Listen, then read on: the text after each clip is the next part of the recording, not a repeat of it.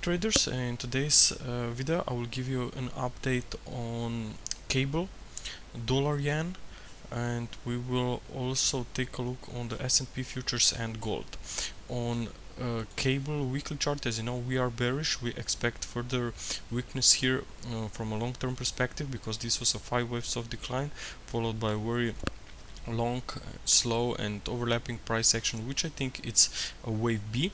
Ideally wave B has finished here, because this leg down through this trend line support is impulsive, and that's the 5 wave of decline, and this rally from this year lows is looking corrective. Okay, we have reworked the recent wave count, because the market, as you can see, reached a new swing high. So we now label the wave count as a flat correction, 3 waves for wave A, then 3 wave move in wave B, and now this appears to be a 5 wave rally in wave C.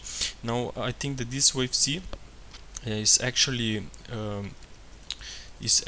an ending diagonal. Okay, we know that ending diagonal can occur in wave C position, and usually predicts a very strong reversal in trend. Okay, so if my interpretation is correct, then this wave 2 is now near completion. However, I still want to see this spike through this former swing high and towards this 61.8% retracement area, and then we should see a turning point here. However, from a larger perspective, this downtrend, any weakness on pound will be confirmed only if we will get an impulsive reversal in trend, which means larger 5 waves of decline from the highs. Okay, and now let's take a look also here on the 4-hour chart. Here is an ending diagonal that I mentioned in wave C position. Notice that here we have wave 1, then we have labeled WXY in wave 3, then this was a wave 4, which made a small overlap with wave 1. As you know, in ending diagonals, wave 1 and wave 4 will typically make an overlap, and now we are tracking a 5th wave to the upside.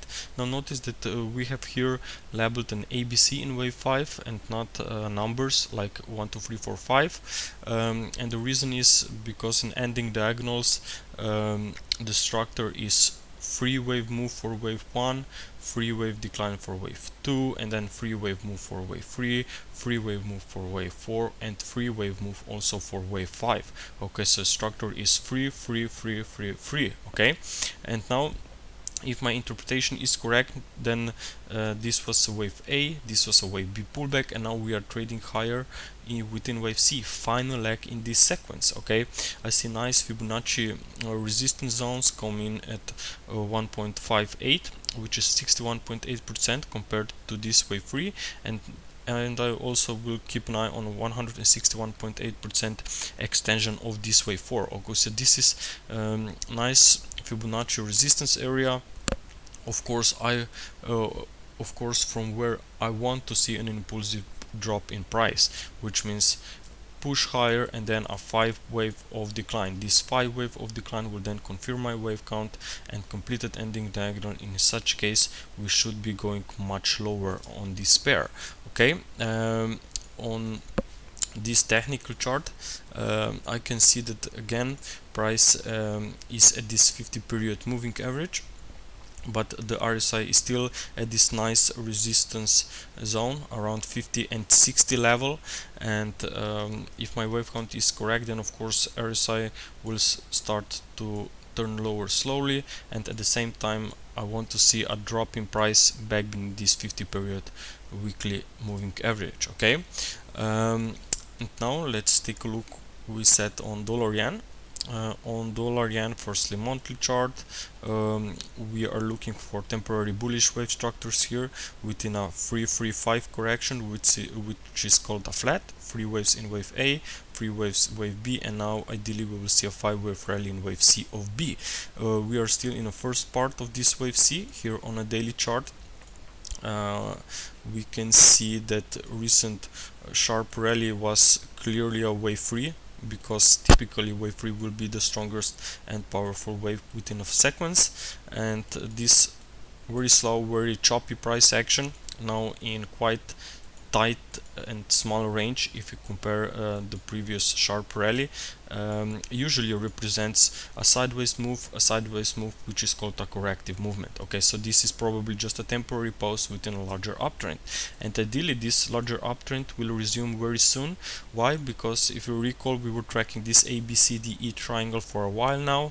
We have seen a nice reversal from this lower support line of this pattern, and in the past week we have seen push to the upside through this upper triangle resistance line with a daily close well above it, even a weekly close. And I will show you also on the 4-hour chart here that this rally, if you recall, we called a 5-wave move here, and we also mentioned that after a 5-wave move correction will follow, and it seems that correction is now already underway.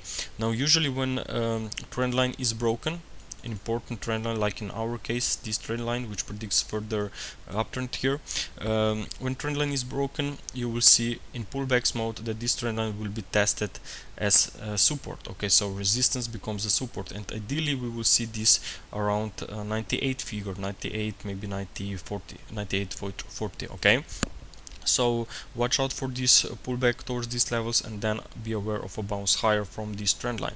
My critical region is of course at 96.72 because that's the zone where my wave count will become invalid in case I'm wrong. Of course, I want to know where or when my wave count will be wrong.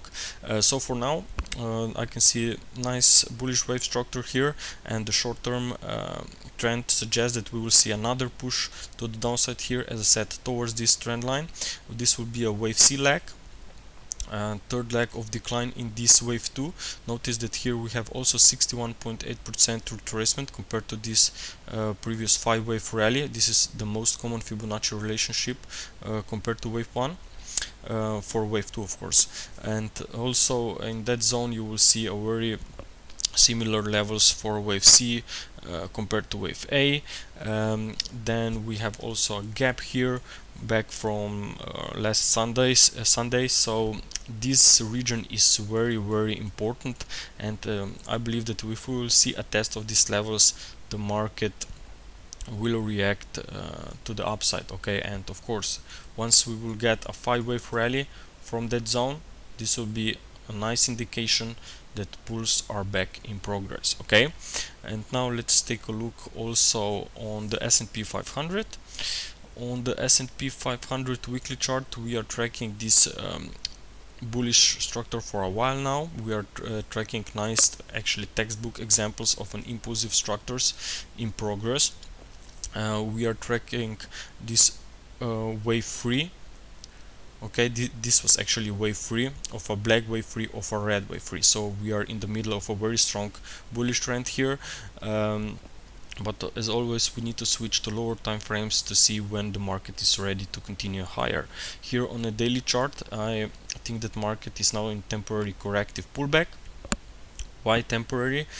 Because I'm tracking this wave 4, which is just another corrective retracement with a larger degree of wave 3. Okay, black wave 3. So wave 4 is a corrective leg. It must be subdivided by 3 legs. This was wave A. This is now appears to be a wave B. So based on this, we need to one leg to the downside before this market may continue to the upside again. Okay. Now typically a fourth wave will retrace back to the region of a wave 4 of one lesser degree, which in our case comes here at 1550. Here we also had even lower degree of fourth wave. Okay, so I think that this is a very strong zone, and it would be very interesting for a bounce back to the highs if we see a test of this region, of this important support zone. Okay, where we also have a 38.2% retracement area compared to this wave 3. Okay, on the 4-hour chart is the reason why I think that this wave 4 is incomplete. I identified 5 waves of decline from these highs, all-time highs. This was wave 1, wave 2, extended wave 3. Notice that we have also 5 subwaves within this leg, and then this was a wave 4 pullback and wave 5 down. And when market was here, we said that we are ready for a corrective retracements, and usually when corrective retracement either is wave B or wave 2, you will see our reversal back to the termination point of wave 4 of one lower degree, which is here. And we can see that market is already testing these levels. We are slightly above them. We are also now at 50 and 61.8% retracement area. Now this rally also cannot be counted impulsively at the moment, so I think it's a corrective move, especially if we consider a 5-wave decline. We know that 5-wave structures show direction of a larger trend, so current trend I think is down, okay, and this is only a temporary pullback, so be aware of a reversal lower from current levels. Okay, now there are several different strategies how you could take advantage of a coming wave C. You either could go short here and put a stop loss above that level, or maybe more patient traders, which I recommend, will wait on an impulsive drop in price back towards the lower side of this corrective channel, and this 5-wave drop will be important confirmation that wave B is finished, and in such case you could be looking for opportunities within the wave C, which should go beneath this wave A. Okay, so watch for this weakness on the S&P 500 as long the market is trading below this level. This is our invalidation level, because we know if we have 5 waves down, then market in wave B must not retrace more than 100%. Okay, now let's take a look also on gold. Last week on gold we presented you 2 wave counts. First was this one, which is also our primary labeling, suggests that we are 1-2-1-2 bullish scenario here, and that we will see strong push higher, but the minimum expectation suggests that we will see a new high. And the second wave count, alternate count, suggests that this pullback from yearly lows is just temporary. It's corrective wave 4 that retraced back to the former wave 4, which was a triangle, and also retraced to 38.2% retracement area. So if this count is correct, then of course we would look to the downside here. However, this wave count is not confirmed. Why not? Well, because on the 4-hour chart we can see only 3 waves of decline. We know that 3 waves are corrections, corrective pullbacks that are part of larger ongoing trend. Okay, in our case I can see that trend is up, so if trend is up and if we have a 3 waves to the downside, maybe completed here, then we know that it's time for a continuation. In our case this means we should see a new high here, because once correction is complete, this correction should be fully retraced. Okay, so we didn't get an impulsive drop in price from that high, which means that we should stick with the bullish count. So I will continue to track this wave count, and as I said, minimum expectations suggest that I will see a new high here, because as I said, when correction is finished, you would expect that this correction will be fully retraced. Notice that here we have waves A labeled, waves B and wave C. This is a zigzag.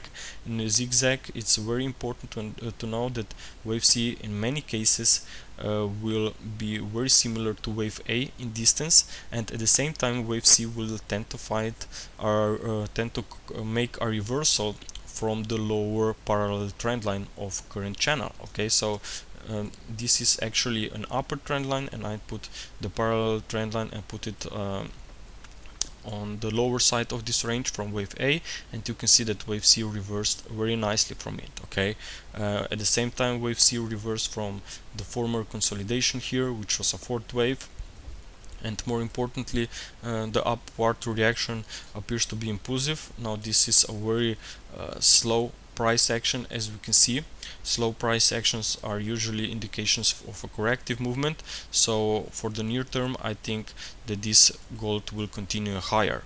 More importantly, if we see a daily close, a decisive push higher, and daily close above this trend line and above this wave B, then this will be just another indication that this market is ready to move into a new high. Okay, traders, that's it for today, and I will catch you tomorrow with further updates. Have a good day.